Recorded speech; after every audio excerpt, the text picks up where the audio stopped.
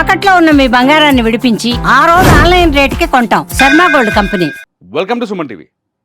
హైదరాబాద్కి ఉగ్ర ముప్పు ఉందా?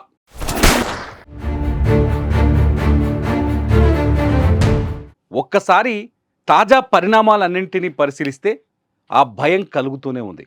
మొదటి నుంచి భారతదేశంలో ఎక్కడ ఉగ్రవాద దాడి జరిగినా దాని లింక్స్ ఖచ్చితంగా హైదరాబాద్లో తేలుతాయి. పాకిస్తాన్లో ఉండే ఉగ్రవాదానికి కావచ్చు, పాకిస్తాన్ ప్రేరేపిస్తున్న ఉగ్రవాదానికి కావచ్చు, మొదటి టార్గెట్లో హైదరాబాద్ ఉంటుంది. ఒకవేళ భారత్తో యుద్ధం జరిగితే, చేయాల్సి వస్తే, భారత్ యుద్ధం చేసే పాకిస్తాన్తో ఖచ్చితంగా పాకిస్తాన్ మన హైదరాబాద్ నగరాన్ని టార్గెట్ చేసి తీరుతుంది అని చెప్పడంలో సందేహమే లేదు. ఎందుకంటే హైదరాబాద్ పాకిస్తాన్ ఉగ్రవాదానికి కొంతకాలం ఒక పెద్ద సోర్స్గా పనిచేసింది. హైదరాబాద్లో స్లీపర్ సెల్స్ ఉన్నాయనే అనుమానాలు ఇవాల్టికి కూడా ఉన్నాయి. హైదరాబాద్ ఉగ్రముప్పు హైదరాబాద్కి ఎప్పటికీ ఉంటుంది. ఎప్పటికీ ఈ ఉగ్రవాదం నశించేంత వరకు ఎప్పటికీ ఉంటుంది. కట్ చేస్తే దీనికి కొన్ని ఆధారాలు కనిపించినాయి. ఆ ఆధారాల్లో మొట్టమొదటిది ఈ జ్యోతి మల్హోత్రా. జ్యోతి మల్హోత్రా ఇవాళ దేశం మొత్తంలో టాక్ ఆఫ్ ది టాపిక్ అయింది. ఎందుకంటే జ్యోతి మల్హోత్రా పాకిస్తాన్ ఇంటెలిజెన్స్కి ఎటువంటి సమాచారం ఇచ్చింది దేశం నుంచి అనేది ఇప్పుడు అతిపెద్ద భయానకమైన పరిస్థితులు కల్పిస్తోంది. జ్యోతి మల్హోత్రా మామూలుగా లేదు. ఆమె యూట్యూబ్లోకి వెళ్ళి చూస్తే, ఆమె చేసిన ఎంటర్టైన్మెంట్ చూస్తే ఇంత డబ్బు జ్యోతి మల్హోత్రాకి ఎలా వచ్చింది? అన్నీ ఫారెన్ ట్రిప్పులే. పాకిస్తాన్కి 2 సార్లు వెళ్ళొచ్చింది.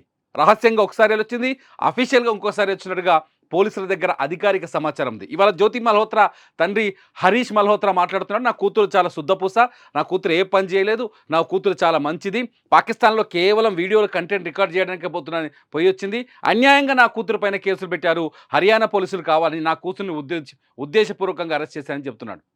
కానీ జ్యోతి మల్హోత్రా కేవలం ఈ దేశంలో పాకిస్తానీలకు కావలసిన ప్రాంతాల వీడియోలని రికార్డ్ చేసి ఇచ్చినట్టుగా చాలా స్పష్టంగా అర్థమవుతోంది. జ్యోతి మల్హోత్రాకి సంబంధించిన ఒక సెన్సేషన్ విషయం ఇవాళ హైదరాబాద్కి ఎందుకు లింక్ చేసి చెప్పాల్సి వస్తుందంటే, 2023 సెప్టెంబర్లో భారత ప్రధాని నరేంద్ర మోదీ హైదరాబాద్ బెంగళూరు వందే భారత్ రైలుని ప్రారంభించారు. ఆ సమయంలో ఇక్కడ ఈవెంట్ జరిగింది. మన మంత్రి కిషన్ రెడ్డి ఉన్నారు, అట్లాగే గవర్నర్ అప్పటి గవర్నర్ తమిళిసై ఉంది, రాష్ట్ర మంత్రులు ఉన్నారు. వీళ్ళంతా ఉన్న సమయంలో జ్యోతి మల్హోత్రా సికింద్రాబాద్ రైల్వే స్టేషన్కి వచ్చింది. సికింద్రాబాద్ రైల్వే స్టేషన్ చాలా కీలకమైన ప్రదేశం. మన హైదరాబాదీలకి సౌత్ ఇండియాలోనే అతి కీలకమైన ప్రాంతం సికింద్రాబాద్ రైల్వే స్టేషన్. సికింద్రాబాద్ అనేది సౌత్ సెంట్రల్ రైల్వేకి కేంద్రం. అటువంటి సికింద్రాబాద్లో రైల్వే వీడియోస్ని, సికింద్రాబాద్ రైల్వే స్టేషన్, అందులోకి ఎంట్రీ అయ్యే విధానం, ఎలా లోపలికి వెళ్ళాలి, రైళ్ళు ఎలా ఎక్కాలి, అక్కడ సెక్యూరిటీ సిస్టమ్, అక్కడికి ఎంట్రీ అయ్యే విధానం, వీటన్నిటిని ఒక వీడియోలో రికార్డ్ చేసింది. ఆ వీడియో ఇవాళ సోషల్ మీడియాలో వైరల్గా మారుతోంది.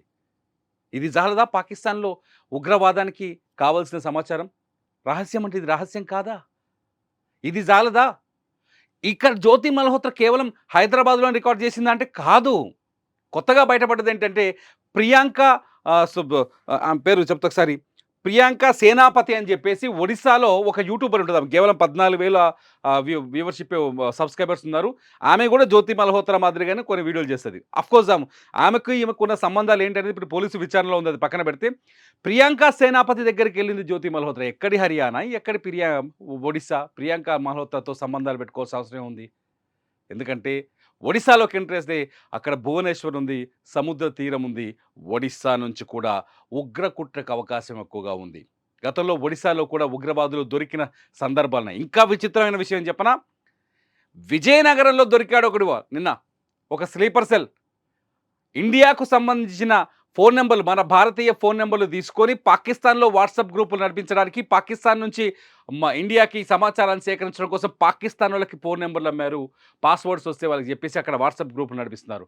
అక్కడ వాట్సాప్ నడిపించుకోవడం కోసం విజయనగరంలో ఉన్న ఒక కుర్రోడు కాదు అని ముస్లిం అబ్బాయి దొరికిపోయాడు.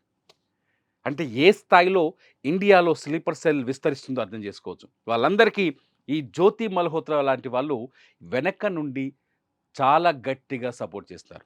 జ్యోతి మల్హోత్రా పాకిస్తాన్లో ఉన్న హై కమిషన్లో ఉండే రహీం అనే వ్యక్తితో సంబంధాలు పెట్టుకొని, వాడితోటి బాలి లాంటి ఏరియాలకు వెళ్ళి ఎంజాయ్ చేసి, ఎంటర్టైన్మెంట్ చేసి, బోల్డ్ అంత లగ్జరీ లైఫ్, బోల్డ్ అంత డబ్బు, అంతేకాకుండా పాకిస్తాన్ ఇంటెలిజెన్స్లో పనిచేసే వాళ్ళు జ్యోతి మల్హోత్రాకి పాకిస్తాన్లో ప్రత్యేక ఏర్పాట్లు చేశారు. ఆమె వీడియోలో కనిపిస్తాయి.